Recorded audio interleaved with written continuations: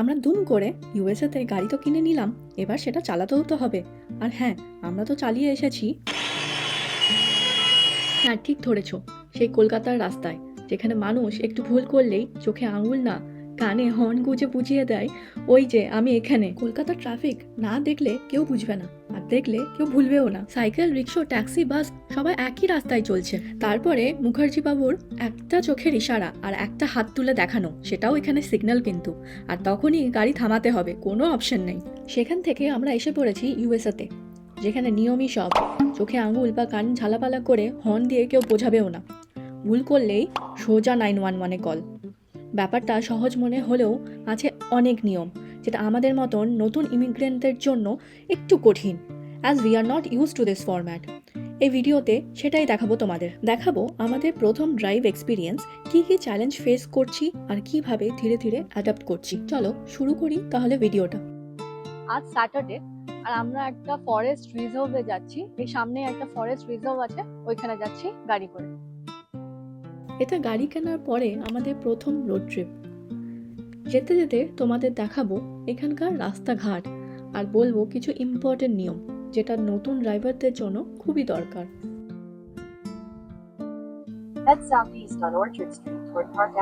আমরা অ্যাকচুয়ালি যাচ্ছি গ্যারেট mountain reservation, new জার্সিতে। এটা আমাদের বাড়ি থেকে মোটামুটি 1 ঘন্টা লাগবে যেতে। তো প্রথম ডিফারেন্স যেটা মোটামুটি সবাই জানো, যে এখানে রাইট সাইড ড্রাইভিং চলে আর ড্রাইভাররা বসে লেফট সাইডে। কতবার তো আমি প্যাসেঞ্জার সিটে বসতে গিয়ে ড্রাইভার সিটে বসতে গেছি ভুল করে।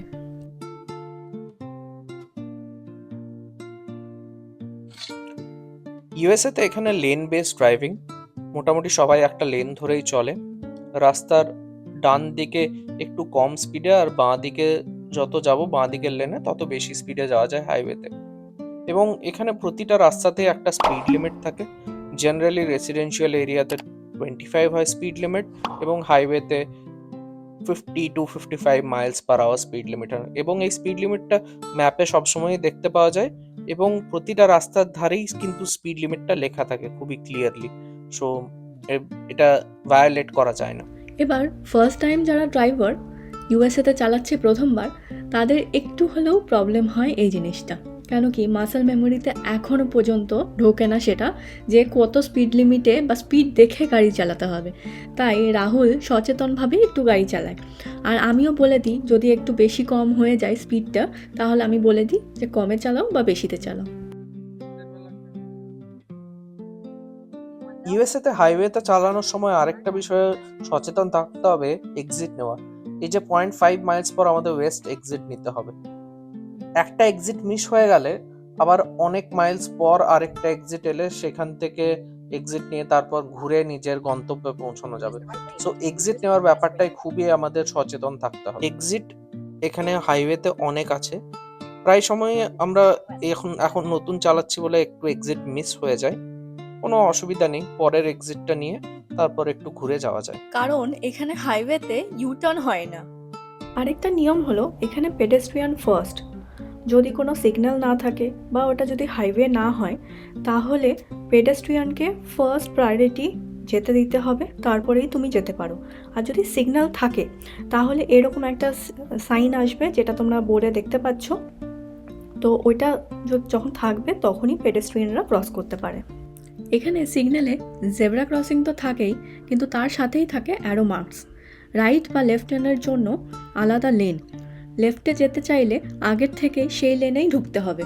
এই ক্ষেত্রে ইন্ডিয়া থেকে অনেকটাই আলাদা। এখানে মানুষজন অত হর্ন ব্যবহার করে না, শুধু এমার্জেন্সি ছাড়া। অ্যাকচুয়ালি লেন বেসড ড্রাইভিং তো কোনো অসুবিধাও হয় না তেমন। আবার এখানে স্টপ সাইনেরও গুরুত্ব অনেকখানি। স্টপ থাকলে স্টপ করতেই হবে, আগে পিছু দেখতেই হবে কেউ আসছে কিনা। আরেকটা ডিফারেন্স হলো এখানে হাইওয়েতে ওঠার জন্য অ্যাসেলারেশন লেন থাকে। সেই অ্যাসেলারেশন লেনে হাইওয়ের স্পিডেই চালাতে হয় এবং হাইওয়ের সাথে মার্জ করতে হয়। এটা খানিকটা হলেও ইন্ডিয়ার সাথে সিমিলার, কিন্তু আমাদের অ্যাসেলারেশন লেন বলে কোনো কনসেপ্ট হতো না। আমরা মোটামুটি কাছাকাছি পৌঁছেই গেছি, আর যত কাছাকাছি যাচ্ছি এরকম একটু গ্রিনারি বেড়ে যাচ্ছে আর একটু রাস্তাটাও স্টিপ হয়ে যাচ্ছে। আর এদিকে দেখো ডিয়ারের সাইনবোর্ড, ভাগ্য ভালো থাকলে ডিয়ারও দেখতে পেতে পারি হয়তো।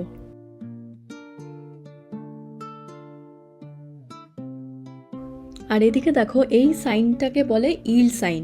যেমন স্টপ সাইন তেমনি ইল সাইনেও দাঁড়াতে হয়, দাঁড়িয়ে দেখতে হয় এদিক ওদিক থেকে কোনো গাড়ি আসছে কিনা বা কোনো মানুষজন হেঁটে যাচ্ছে কিনা, তারপরেই পারাপার করতে হয়।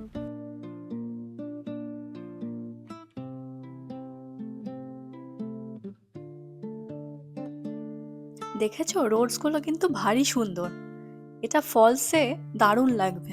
একবার ফলসেও আসবো তোমাদেরকে দেখাতে।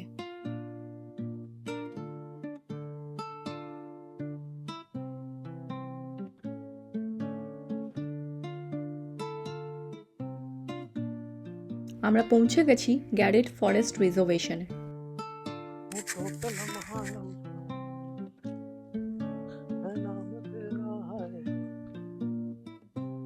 So much greenery, তুমি এটা ফল কালারস এর সময় এলে ইট উইল বি ওয়াও।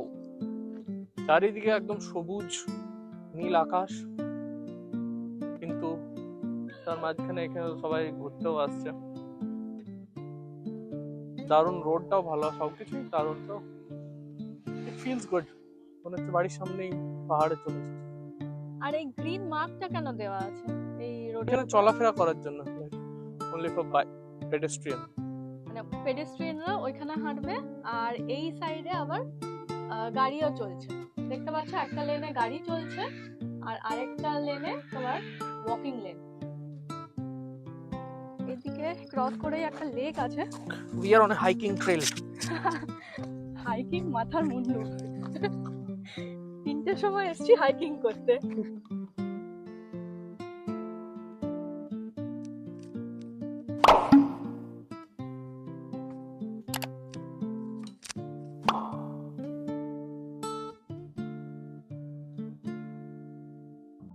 ওইদিকে আছে লেকটা, হচ্ছে আগে লেকের সামনে যাই।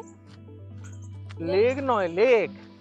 লেক লেক তোতলা তো আমি একটু জানাই তো।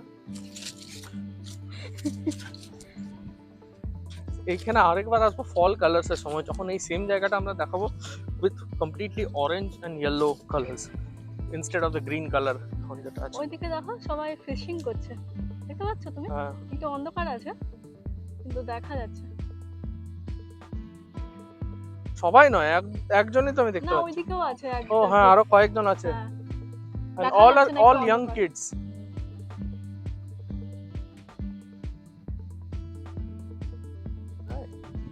দেখো মেঘটা কত সুন্দর লাগছে। শরতের আকাশ না, সেই ছোটবেলায় রচনা লিখতাম, শরতের আকাশে পেঁজা পেঁজা তুলোর মতো মেঘ ভাসছে। That's it. It's looking wonderful. দেখো সূর্যটা উঠছে আস্তে আস্তে, মানে আরো ব্রাইট লাগছে জায়গাটা। কিন্তু এর মাঝখানে শুধু একটাই জিনিস বাজে হলো, আমি আমার সানগ্লাসটা গাড়িতে ভুলে গেলাম। তুমি গাড়িতে ভুলে গেছো? হুম। ও আমি ভাবলাম ভুলেই গেছো হয়তো। নিয়ে না, চলে এসো।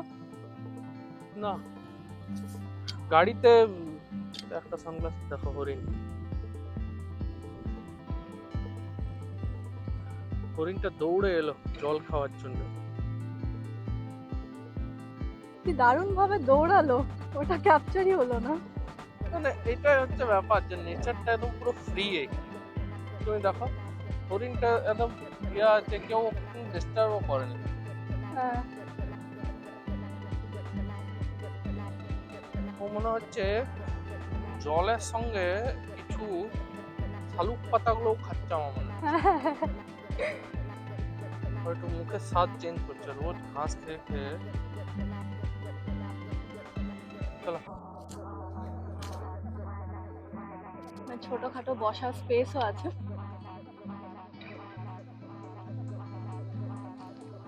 Let's go.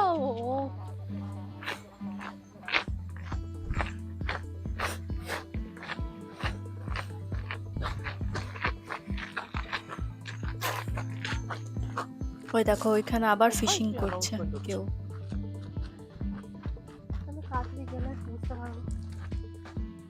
এখানে প্রচুর মানুষ হর্স রাইডিং, পাখি দেখতে আসে, ফিশিং করতে আসে, আবার ট্রেলসগুলোতে হাঁটতেও আসে। এদিকে আরো 2-3টে deer.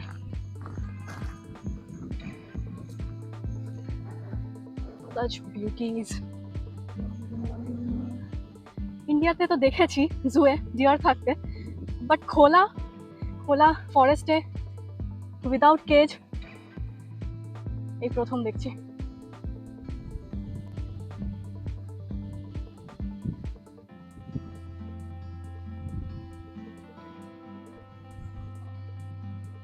And people are slowing down for them. আর এদিকে দেখো এই পাখিগুলোর নাম হচ্ছে কানাডা গিজ। এটা নর্থ আমেরিকাতে খুবই পপুলার, অনেক জায়গাতেই দেখা যায়।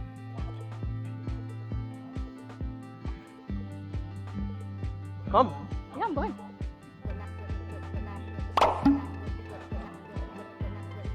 Actually, in New Jersey, we do have lots and lots of places to like go and hike and see some falls. অনেক ফল স্টলস আছে এখানে প্রচুর। যাক, এক্সপ্লোর করতে হবে আস্তে আস্তে।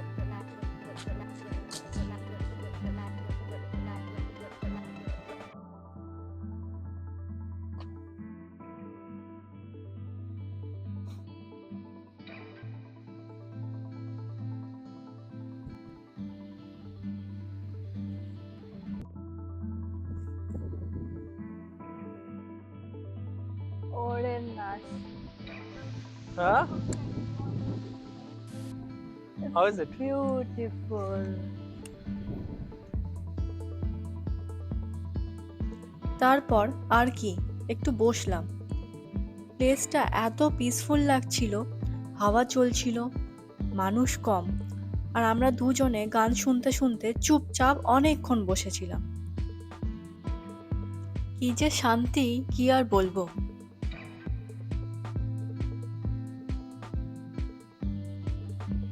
যেতে তো একদম ইচ্ছা করছিল না, কিন্তু কি আর করব, সন্ধে হয়ে আসছিল, তাই হাঁটা দিলাম আবার ফেরত যাওয়ার পথে।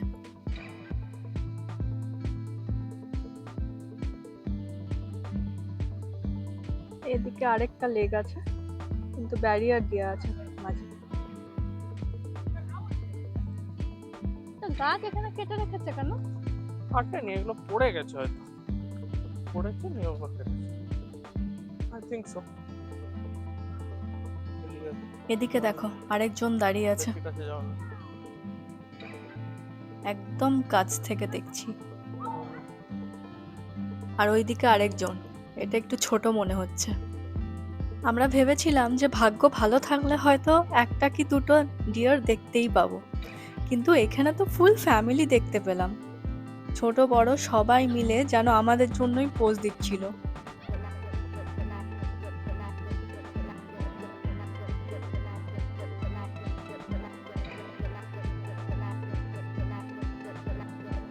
সেই যে রাস্তাটা একদম ঢোকার সময় দেখালাম, সেই রাস্তা দিয়েই এবার হেঁটে চললাম পার্কিং লটের দিকে। এখানকার গভর্নমেন্টই নিয়ম বেঁধে দেয় সব রাস্তাঘাটে, তাই কোনো প্রবলেম হয় না। একদিকে পেডেস্ট্রিয়ানরা হাঁটছে, আরেক দিকে গাড়িও চলছে। খুব বাধা ধরা নিয়ম, আর তাই কারোরই অসুবিধা হয় না।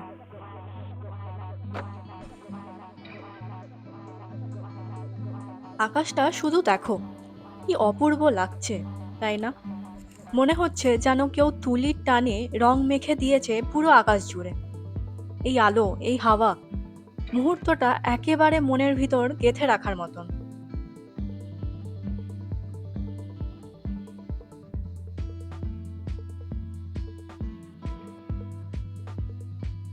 চলো তাহলে ভিডিওটি এখানেই শেষ করলাম। আমাদের গল্প যদি তোমাদের ভালো লাগে তাহলে লাইক, শেয়ার অ্যান্ড সাবস্ক্রাইব অবশ্যই করে দিও। খুব শীঘ্রই আসবো নতুন গল্প, নতুন অভিজ্ঞতা নিয়ে। চলো, টাটা।